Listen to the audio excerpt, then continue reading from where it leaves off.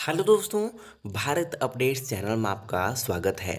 और दोस्तों, आज सुबह की 12 बड़ी खबरें, 12 बड़ी अपडेट्स मैं आप सभी के लिए लेकर यहाँ पर आ चुका हूँ। तो दोस्तों, ये जो अपडेट्स हैं मोस्ट इम्पोर्टेंट यहाँ पर रहने वाली हैं।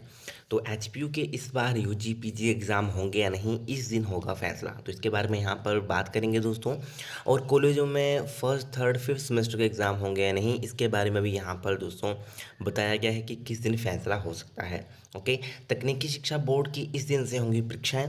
Central university of Himachal Pradesh ने दोस्तों 3 नोटिफिकेशन जारी किए गए हैं central university of Himachal Pradesh की तरफ से। इसके अलावा एक जॉब की यहाँ पे वैकेंसी है, ठीक है, वो भी यहाँ पे बताऊंगा। और इसके अलावा और भी यहाँ पे इंपॉर्टेंट अपडेट्स आपको इस वीडियो में देखने को मिलेंगी, तो वीडियो को एंड तक देखिएगा। और आज है 17 नवंबर, तो 17 नवंबर 2020 की ये बड़ी अपडेट्स यहाँ पर रहने वाली हैं। चलिए दोस्तों, शुरू करते हैं पहली अपडेट से।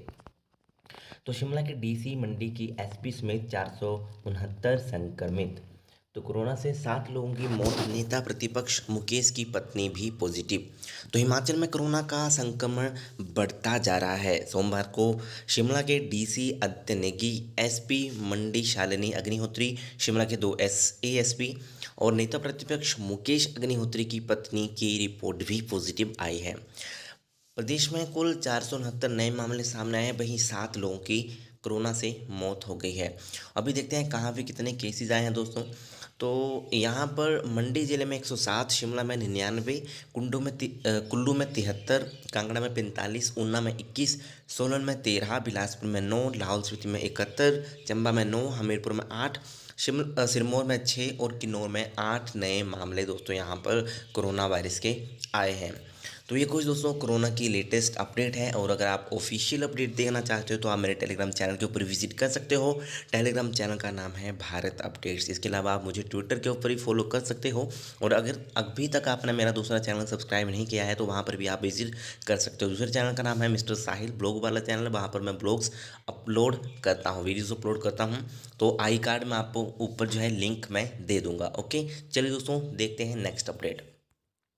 तो दोस्तों, सेंट्रल यूनिवर्सिटी की तरफ से ये अपडेट है, ये आप देख सकते हो यहाँ पे। Open call for PG diploma in Jammu and Kashmir studies के लिए, ठीक है। अभी ओपन कॉल यहाँ पे हो रही है पीजी डिप्लोमा के लिए।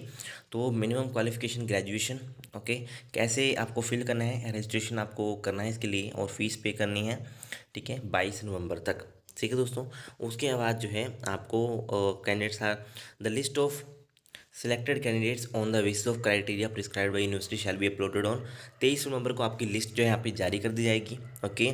और आपको फीस फिर जो है 26 नवंबर तक यहाँ पर जमा करवा देनी है, ओके। उसके बाद आपकी डेट ऑफ डॉक्यूमेंट वेरिफिकेशन और आपकी जो डॉक्यूमेंट वेरिफिकेशन की डेट होगी वो आपको बता दी जाएगी। अभी यहाँ पर कुछ नहीं है, ओके। तो ये कुछ है, कहाँ पे कितनी सीटें हैं, कोई प्रॉब्लम आए तो यहाँ पे कॉन्टैक्ट कर सकते हो। और ये कुछ सीटें हैं दोस्तों, यहाँ पे देख सकते हो किस कैटेगरी की कितनी सीटें बची हुई हैं, ओके। यहाँ पर आप अप्लाई इनके लिए कर सकते हो। चलिए नेक्स्ट अपडेट। और हाँ, इसका पीडीएफ लिंक आपको मिलेगा मेरे टेलीग्राम चैनल के ऊपर। चलिए नेक्स्ट अपडेट ये रही, ये भी दोस्तों सेंट्रल यूनिवर्सिटी की तरफ से है। तो ये है आपका PG diploma in tribal studies के लिए। इन्होंने भी ओपन कॉल रखी हुई है अभी यहाँ पे। जिन्होंने अभी तक जिनको सीट नहीं मिली तो उसके लिए अप्लाई यही कर सकते हैं। ग्रेजुएशन मिनिमम क्वालिफिकेशन क्राइटेरिया यहाँ पे रखा गया है। आपको क्या करना है कि रजिस्ट्रेशन करना है, फीस पे करनी है और 22 नवंबर तक ये सब कुछ कर लेना है। उसके बाद 23 नवंबर को आपकी जो है सिलेक्टेड लिस्ट आ जाएगी। जो भी यहाँ पे सिलेक्ट हुए होंगे उनकी लिस्ट यहाँ पे आ जाएगी। 26 तक आपको फ़ीस पे करनी है दोस्तों, ठीक है। उसके बाद आपकी डॉक्यूमेंट वेरिफिकेशन की डेट अभी इसकी भी नहीं आई है, जब आएगी तो बता देंगे, ओके। कुछ प्रॉब्लम आए तो आप यहाँ पे कॉन्टैक्ट इनको कर सकते हो। और कहाँ पे कितनी सीटें हैं ये भी आप यहाँ पे चेक कर सकते हो, ओके। चलिए, और इसका भी पीडीएफ मिलेगा मेरे टेलीग्राम चैनल के ऊपर। चलिए नेक्स्ट अपडेट, ये भी दोस्तों सेंट्रल यूनिवर्सिटी की तरफ से है। और ये है आपका हाँ, ये यहाँ पे बताया गया है selected students for the admission to MBA tourism and travel management programme are hereby advise to appear before the screening committee for the verification of original documents on dated 20, ठीक है। और यहाँ पे कुछ बताए गए हैं इंस्ट्रक्शंस, ये आप पढ़ लेना। और ये ओरिजिनल डॉक्यूमेंट्स क्या आपको दिखाने हैं वहाँ पे लेके जाने हैं, ये भी आप देख लो, ओके। और क्या सबमिट वहाँ पे करना है ये देख लो, सबमिट कौन सा करना है, वहाँ पे कॉपी किसकी लेके जानी है, सब कुछ यहाँ पे बताया गया है, ओके दोस्तों, इसका भी पीडीएफ टेलीग्राम चैनल के ऊपर प्रोवाइड मैं करवा दूंगा। चलिए नेक्स्ट अपडेट अभी देखते हैं दोस्तों। राहत पहले स्वदेशी कोरोना टीके के परीक्षण का तीसरा चरण शुरू। तो कोरोना वायरस से निजात दिलाने के लिए टीका खोजने की दिशा में भारत ने एक और कदम आगे बढ़ा दिया है। पहले स्वदेशी टीके का तीसरा चरण का परीक्षण शुरू हो चुका है। हैदराबाद स्थित कंपनी भारत बायोटेक के अनुसार 26,000 लोगों को परीक्षण में शामिल किया जाएगा। परीक्षण के दौरान लोगों को 28 दिन के अंतर पर 2 बार डोज दी जाएगी। पहली बार डोज भारत में इतने बड़े स्तर पर टीके का परीक्षण किया जाएगा। इन जिन लोगों को कोरोना वायरस का ये टीका दिया जाएगा उनके 2 अलग अलग समूह बनाए जाएंगे। एक समूह में लोगों को टीका दिया जाएगा, जबकि दूसरे समूह में लोगों को टीके की ही तरह एक तरल पदार्थ दिया जाएगा। हालांकि यह लोग कौन होंगे इसकी जानकारी गोपनीय रखी जाएगी। तो ये भी दोस्तों एक इम्पोर्टेंट अपडेट है। और 22 अस्पतालों में यह तीसरा परीक्षण एक साथ शुरू होने वाला है। दिल्ली के जेबीटी अस्पताल में यह जो है जीटीबी अस्पताल में यह परीक्षण होगा। इसके अलावा रोहतक पीजीआई, अलीगढ़ मुस्लिम यूनिवर्सिटी, फरीदाबाद ईएसआईसी अस्पताल, दिल्ली एम्स सहित कई बड़े अस्पताल इसमें शामिल होंगे।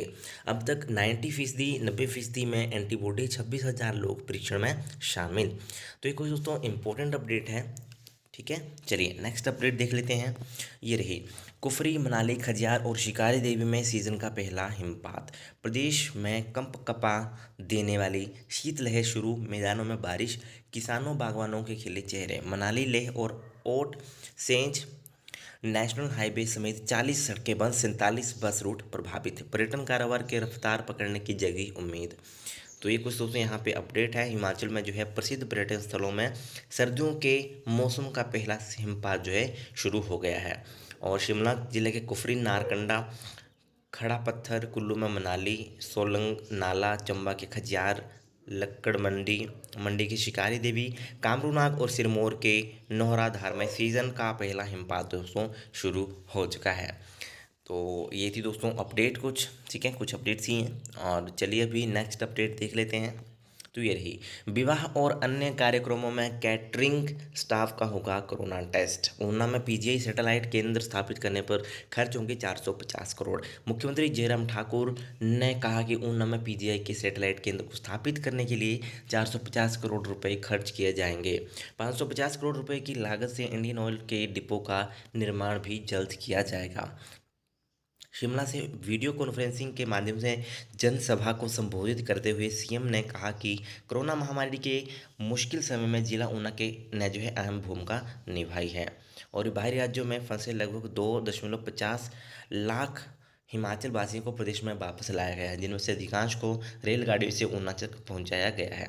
तो ये कुछ यहाँ पे अपडेट है। और कहा गया है कि जो विवाह और शादी में जो कैटरिंग स्टाफ होगा उनका कोविड-19 का जो है परीक्षण उनसे उनका लिया जाएगा, टेस्ट उनका करवाना होगा। कोरोना महामारी ख़त्म नहीं हुई है, हम सबको इस सबको जो है सावधान रहने की आवश्यकता है। ओके, तो ये कुछ यहाँ पे अपडेट है। ठीक है, चलिए नेक्स्ट अपडेट दोस्तों। ये रही मोस्ट इम्पोर्टेंट अपडेट।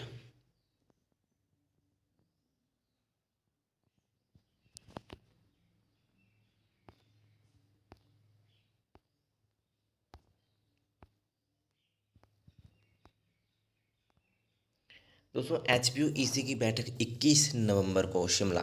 तो हिमाचल विश्वविद्यालय की कार्यकारी परिषद ईसी की बैठक जो है 21 नवंबर को होगी। इसको लेकर सदस्यों को सूचना भेजी जा रही है। जानकारी के मुताबिक जो है बैठक के एजेंडा में मुख्य रूप से विश्वविद्यालय की यूनिवर्सिटी इंस्टीट्यूट ऑफ टेक्नोलॉजी में 5 बीटेक कोर्स के शिक्षकों के सृजित किए पदों पर चल रही भर्ती और साक्षात्कार की भर्ती प्रक्रिया पर फैसला लिया जाना संभावित है।